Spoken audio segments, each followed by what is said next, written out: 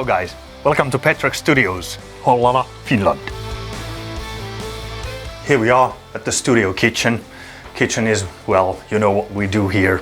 There's some coffee table stuff and some stuff for the sound engineer Mikko, who's in the grip of a flu. So some blackberry juice and rum, which is good for him, I hope. I already had myself a cup of tea. Here's the control room and my bandmate Tuomas, who still hopes there's something interesting in the internet. We all know that there is nothing. Here's my little baby, Korg Oasis.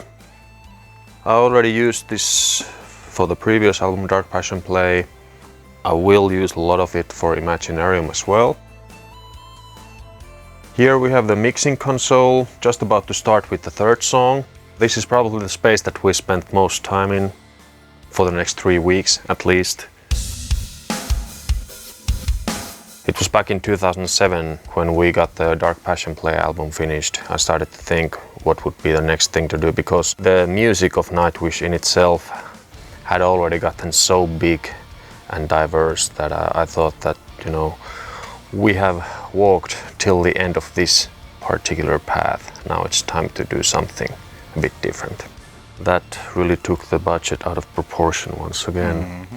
So that'll be like the major catch of this upcoming release, that we're actually doing this music fantasy film at the same time.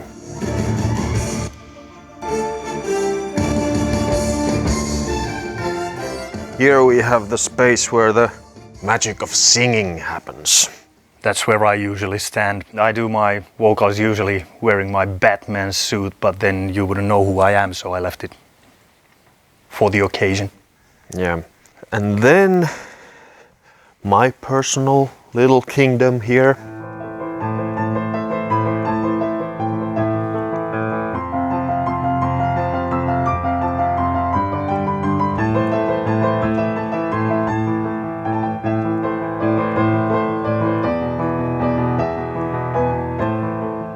The thing with each album that we do is that you want to try some new territories with the music. And for example, on the last album we used a gospel choir, something that we hadn't done before. And for this album there will be, for instance, a kids choir, a children's choir that we haven't done before.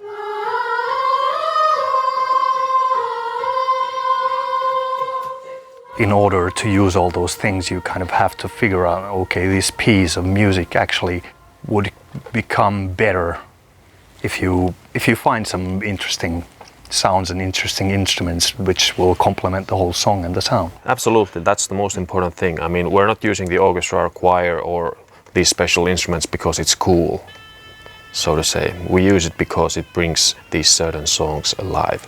Even though cool is a nice bonus. Sure.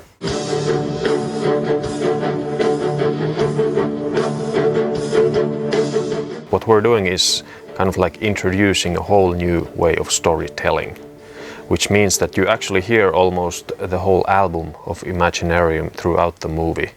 And there's a lot of dialogue, but it's basically in between the songs and sometimes on top of the songs. So it's kind of like a hybrid of The Wall by Pink Floyd and Sweeney Todd, Moulin Rouge and Fantasia of Disney. So it's actually the music which is telling the story, but there are still real actors and a lot of dialogue. It's not so much about the place or time. Probably the most important thing for me as a songwriter is that I need time. I need my peace and solitude.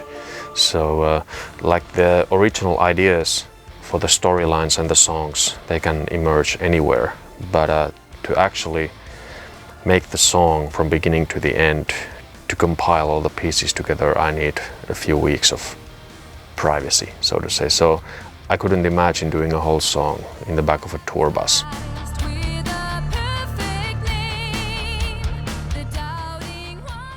Kaksiviivaiseen E-hän menee parhaimmillaan. Niin, täytyy muistaa, että meidän vireessä D-ssä. Ja kun me laski se siihen E-hän, niin, siis joo, oikeesti. Niin. Ja just se. Ja sit se menee fissään sillä modulaatiossa. Joo. Ihanaa, kaunista.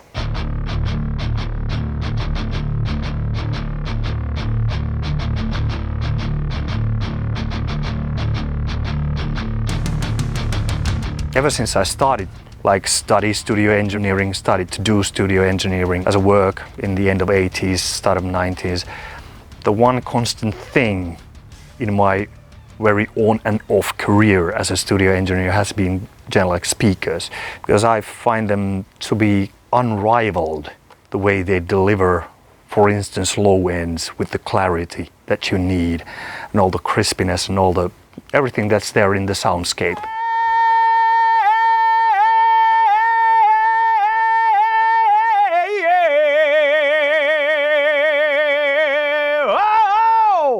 What we have here behind is Genelec 8240 model, which is a DSP speaker, and if you have a laptop, you have a program, you have a small interface box, and then you have a microphone, which you actually hook up with the speakers, and the microphone measures the room and the sound and the acoustic properties of it, and then adjusts the speakers, and then also saves the settings.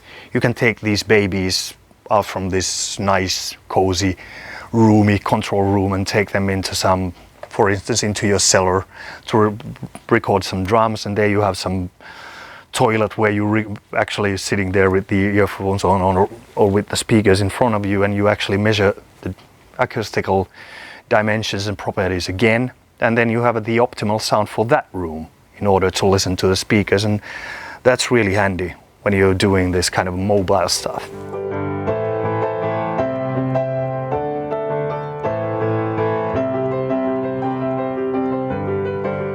I always thought that music business was complicated, and now I have gotten a glimpse of movie business, and you haven't seen anything.